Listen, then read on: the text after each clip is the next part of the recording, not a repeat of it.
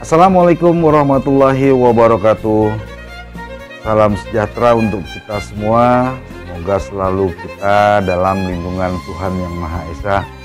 Selamat jumpa kembali di channel Colovers. Kita akan melanjutkan episode Sepasang Pedang Iblis jilid ke-14.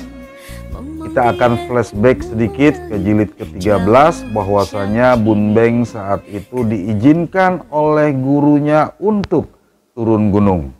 Dalam perjalanannya dia mendengar bagaimana sepak terjang dari partai perguruan silat Tian Liong Pang.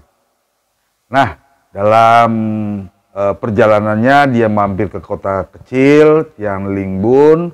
Di sana dia menginap di sebuah penginapan kecil dan di sana pun terjadi insiden kecil antara Bun Beng dengan seorang wanita, sehingga terjadi pertempuran kecil di atas genteng dan akhirnya wanita tersebut mengetahui bahwasanya Bun Beng itu bukan kaki tangan ataupun bukan anggota dari Tian Liong Pang. Nah, apa sih yang terjadi dengan wanita tersebut? Marilah kita ikuti pada episode ke-14. Nah, pada jilid ke-14 ini lokasi pertama tetap masih di kota kecil Teng Li Bun. Tokoh-tokohnya adalah satu Bun Beng, yang kedua adalah Ang Siok Bi. Setelah perbincangan di atas atap, diceritakan bahwasanya Ang Siok Bi saat dalam perjalanan bersama ayahnya, yaitu Ang Tian Pa alias Ang Lo Jin, ketua Bu Tong Pai, diserang oleh kelompok Tian Liong Pang dan ayahnya disandera, dibawa pergi oleh kelompok Tian Liong Pang. Karena pada saat itu Ang Siok Bi betul-betul kalah oleh kehebatan anak buah dari Tian Liong Pang, akan tetapi karena kebaikan dari anggota Tian Liong Pang, Ang Siok Bi tidak ditawannya, melainkan membawa pangcu dari Bu Tong Pai tersebut untuk dihadapkan kepada ketua Tian Liong Pang. Akhirnya setelah mendengar cerita dari Ang Siok Bi, Bun Beng memutuskan untuk mengejar kelompok tersebut. Maka dengan cepat kilat, Bun Beng memasuki kamarnya, mengambil semua keperlengkapannya dan langsung kilat dia meninggalkan Ang Siok Bi di penginapan tersebut. Bun Beng bergerak begitu cepatnya sehingga membuat Ang Siok Bi kagum.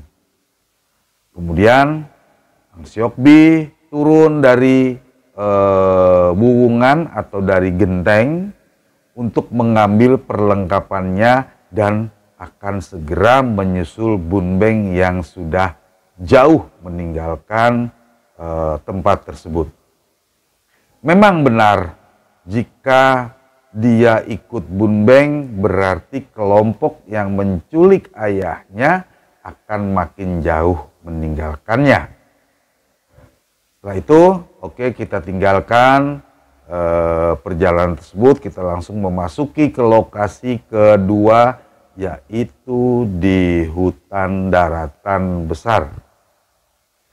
Tokoh-tokohnya adalah satu Bun Beng, dua Ang Lo Jin, ketua Bu Tong Pai, yang ketiga adalah 4 orang anggota dari Tian Liong Pang.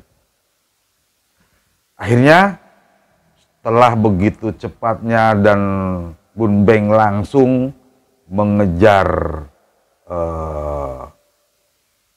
penculik dari Ang Lo Jin, dan dia memperkirakan bahwasanya belum terlalu jauh jika Bun Beng mengejarnya. Akhirnya dalam hutan sebelah utara, Bun Beng dapat mengejar rombongan Tian Liong Pang.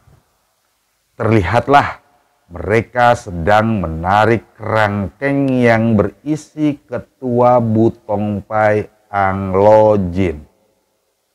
Akhirnya Bun Beng menghalangi perjalanan mereka.